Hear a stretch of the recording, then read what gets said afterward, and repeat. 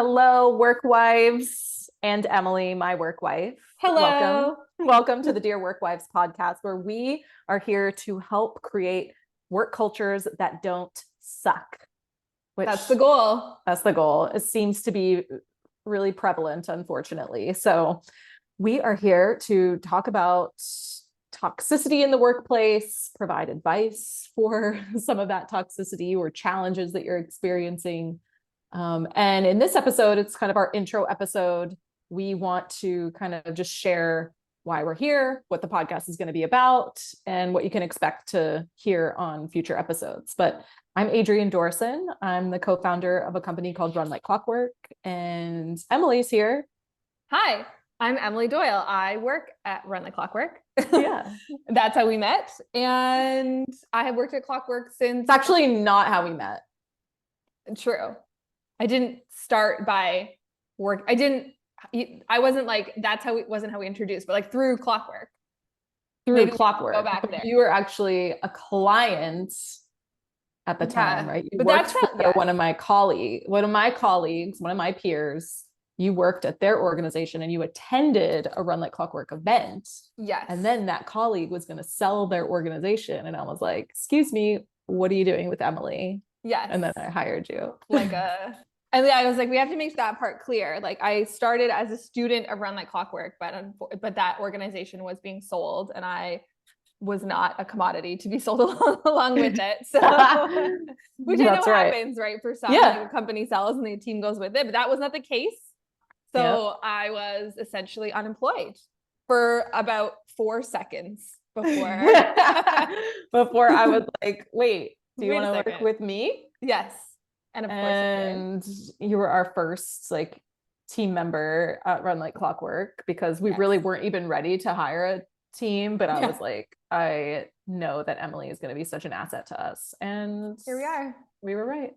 Here we are 4.5 years later from hiring to doing this now. So that's kind of how we met. Now we're kind of like work wives, hence the Dear Work Wives. Right. Like we are each other's work wives and we want you all to think of us as your work wives. Yes.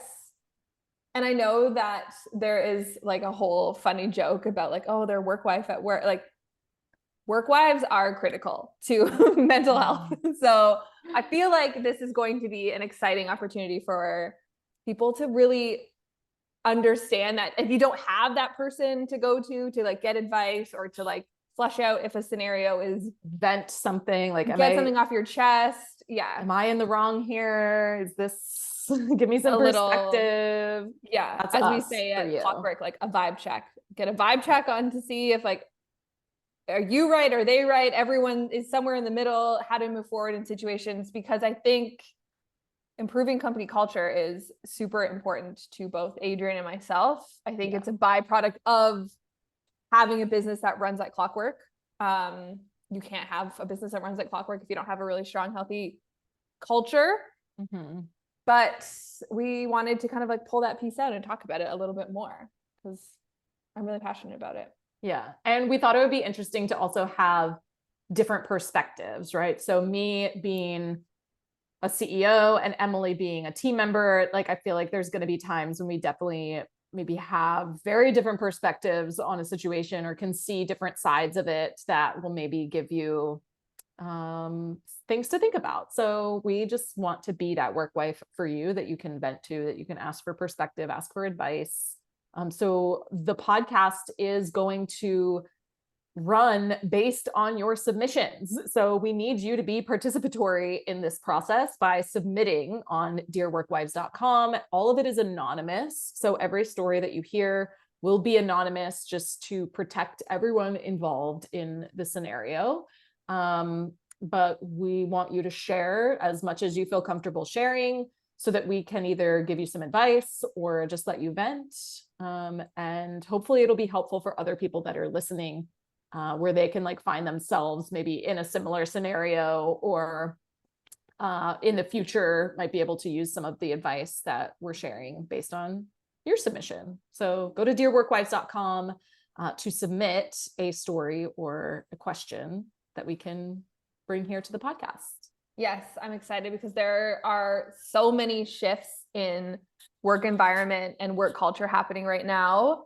I think it's always happening, but I think a lot of people are exploring new normals, are creating new boundaries, are kind of understanding what works for them, what doesn't work for them, are re-entering the workforce or left it because of toxicity. So I think it's a good place for everyone to kind of get a pulse check and see how are they feeling. Is there a way forward? Do you need advice? I'm excited because I know that I never really had a work wife until now.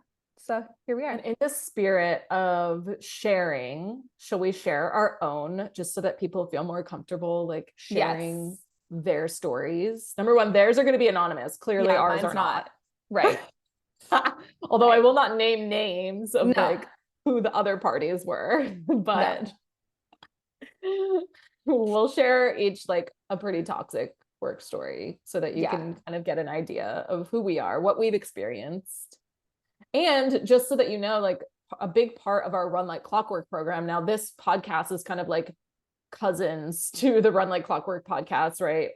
This is not like a how-to podcast, but we work with thousands of clients over in that program where we hear these types of challenges all the time, which is why we wanted to start this, is because we hear from both team members as well as leaders. Like it's the most like people challenges are the most challenging part of running an organization. Like the systems are easy, right? Like the systems don't talk back. The systems don't have beliefs. The systems don't have values. The systems don't have lived experiences that they're trying to navigate through, right? The systems don't have opinions. So like that side of clockworking is relatively simple and straightforward, not necessarily easy, but simple and straightforward.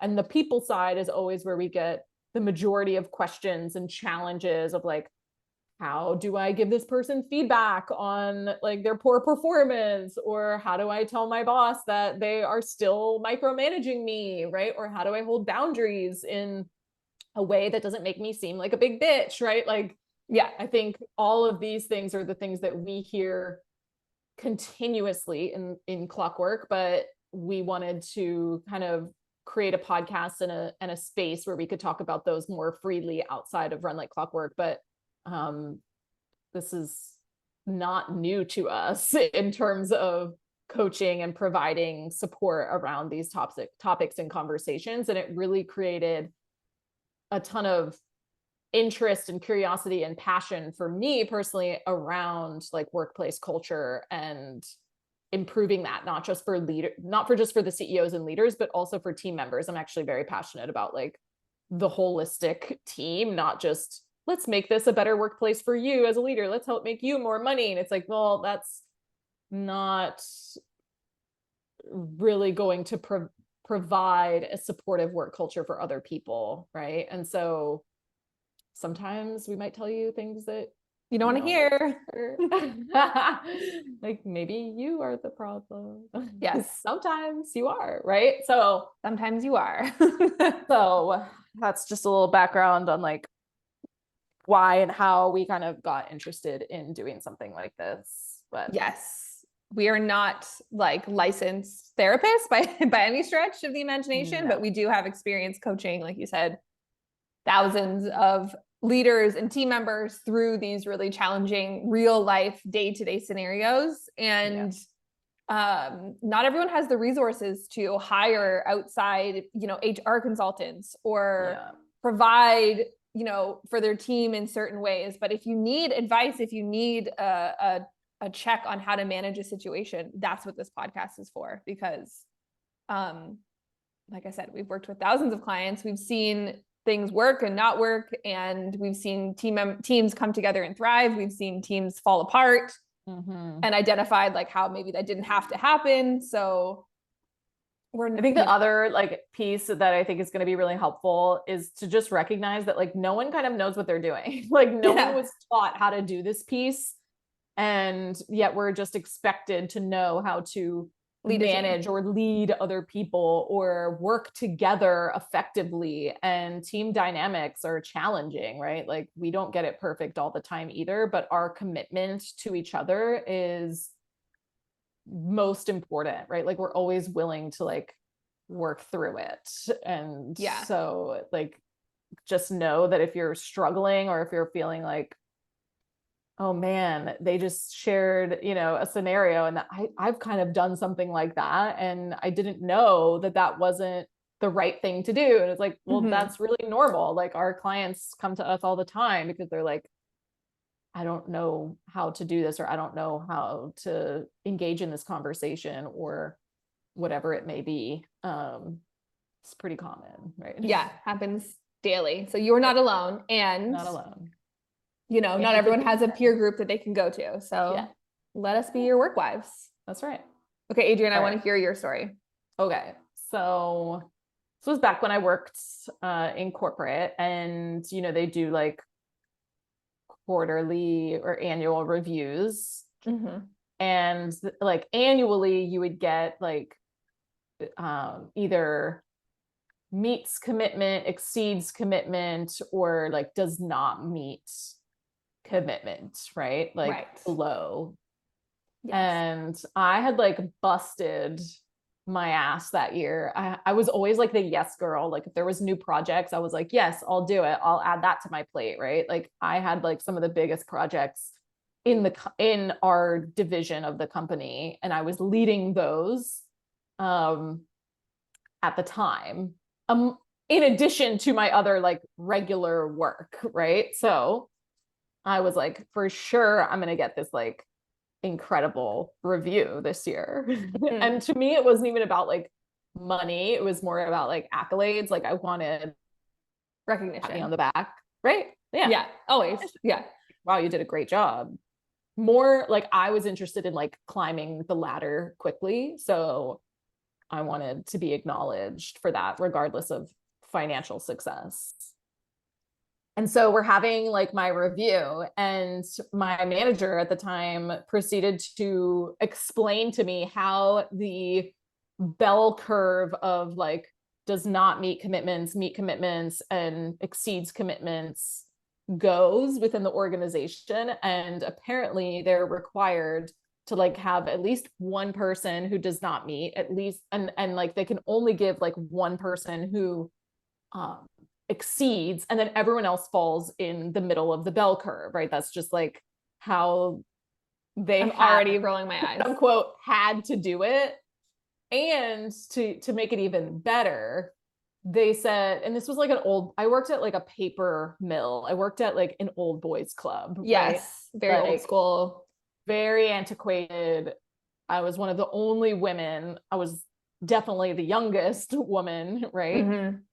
And so he was like, not only do we, you know, have this bell curve that we have to abide by, but also we usually just do a rotation of like, oh, so-and-so didn't get it this year. Like, so they're getting it this year just because they're up in the rotation. And I was like, wait, what? Like, so all of my merit, like, so this is not based on merit is what we're saying. Like none of the work that I did this year would qualify me for exceeds commitments because I'm just not up in the rotation. I don't have enough like seniority to be up in the rotation this year. He was like, yeah, pretty much. I was like, oh man. It was like in that moment that I knew that I needed to leave that job. And I literally was just saying, was this the beginning of the end for you? Like this was the beginning of the end, like truly the beginning of the end, when I was like, huh, like I'm busting my ass and really none of it matters. Like it's just a game. Like, yeah. And so that's when I started to like do some consulting on the side. And then was it like 6 I have months more later, toxic stories from that era of like, I was doing this on the side for like 6 months before I officially left. But yeah, we can save some of those stories for another day. I feel like they will definitely come up in, because I know that's really common, people having like needing out. But you can't, in this economy, you can't just leave, you know? Right. So I had a side hustle. I was also like trying to pay off all my student loan debt before I left so that I didn't have to like have as high of monthly expenses. Yeah. Which I was able to do, thankfully, like basically right in time for me to get asked if I was staying or going, basically. But oh, man, I can't wait to hear more about this era. I think you tease me with it sometimes, but you're like, it doesn't matter. Because it does it, Yeah. But it did like get me to where I am today for sure. Yeah. Efficiency experts. A lot of like the training and stuff that I persisted and went through. And that was only because I was the yes girl. Everyone's like, do you want to do this? Yes, I want that training. Yes, I want to be involved, but it was pretty toxic there. Yeah, absolutely. All right, what about you? I mean, I worked in hospitality for like 15 years. So I have a lot, just like that industry is not always the most supportive. Yeah. So industry whole, it is a challenging industry to work in for sure. And not I'm not painting everyone with the same brush. Like I know that I'm generalizing here, but everywhere I worked was very challenging. But one particular job I had moved across the country for, which is like, that doesn't matter to them, but like, it's just to set the scene. I was alone across the country. I was like 20. I live in Canada. It's a very big country. So I was very far away from my family, but I was having an amazing time. And I worked at a very prestigious hotel in the kitchen, in the pastry department. And I had wanted to be a pastry chef since I could remember. Like I grew up watching like Emeril Lagasse, like bam, on TV. Like I was so passionate about food and pastry, and like I was living my absolute dream. So I think I was ending my second year there. And they make you sign year contracts because it's super remote. And so they need you to sign a year to guarantee. And of course, if you break your contract, you won't get a referral. You won't get any references or anything, right? Which you need references when you work at a place like that. Yeah. That's the whole point, if you want to climb the ladder, if you want to move up into a higher or like keep staying, they're going to call your last quality places. Yeah. So at the time of my contract renewal, my dad was very sick, and very sick. Like we thought he was not going to make it. And it was also the time where they were like asking me to renew my contract. And I was like, and they were offering me a promotion and like an increase. And I was like, I want this so bad, but can I take like a 1 month or 2 month like sabbatical to go home and like help my dad through surgery, take care of him, and help him get back on his feet. Like this is like assuming he was going to make it through all this, right? Mm-hmm. And they said no.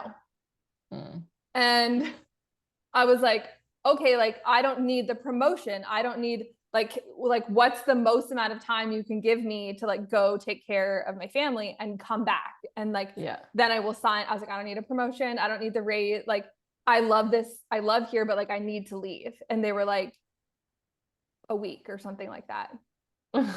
And so then the next day I went in and just gave my 2 weeks notice. Like you're like, peace.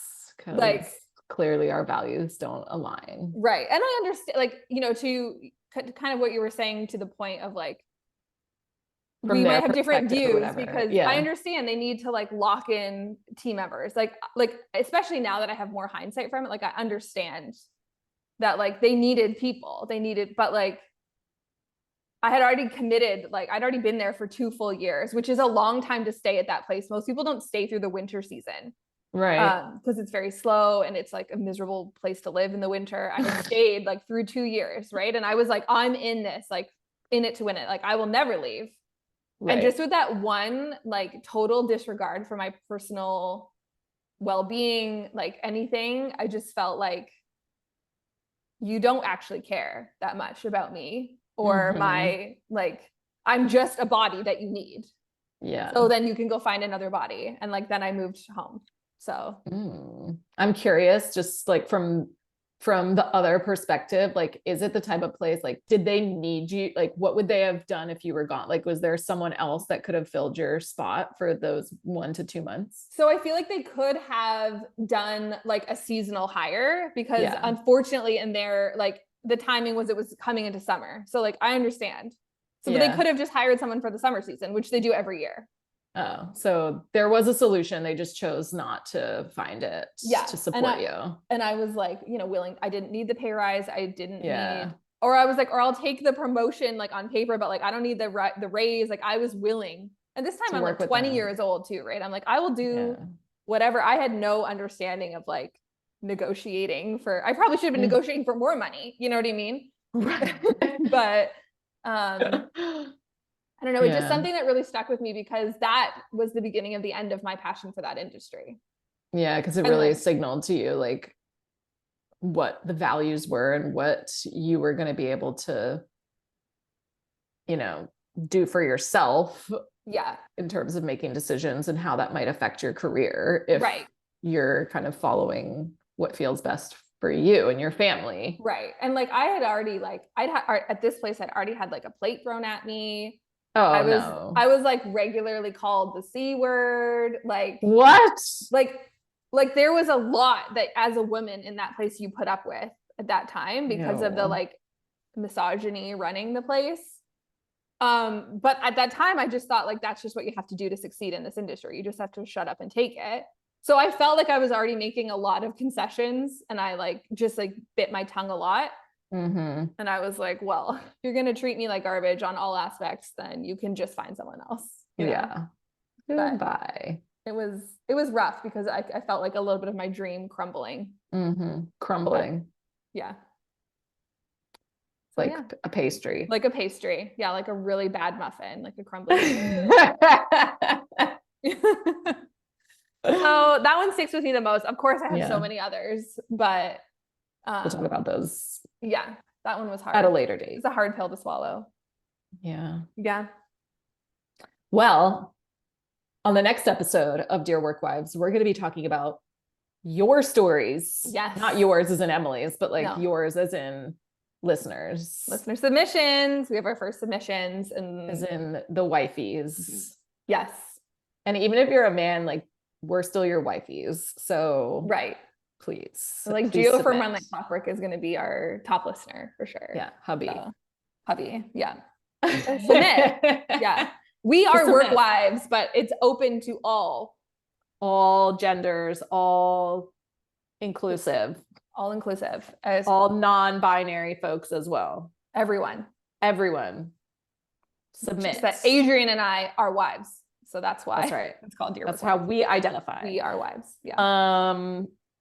Go submit at dearworkwives.com. On the next episode, you're going to find some toxicity, some advice, some interesting scenarios that may resonate with you.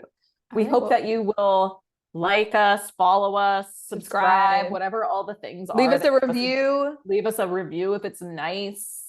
Yeah. So that more people can hear about this podcast. Also share it with someone. You know, everybody has, well, not everybody has a job, but most people have jobs. So, or have had a job or have had jobs or live with someone who has a job, have had toxic or challenging work experiences that you can share with us here because we're here to help create work cultures that don't suck. And so if you want to be a part of that, please submit and share. Yeah. All right, friends. See you on the next one.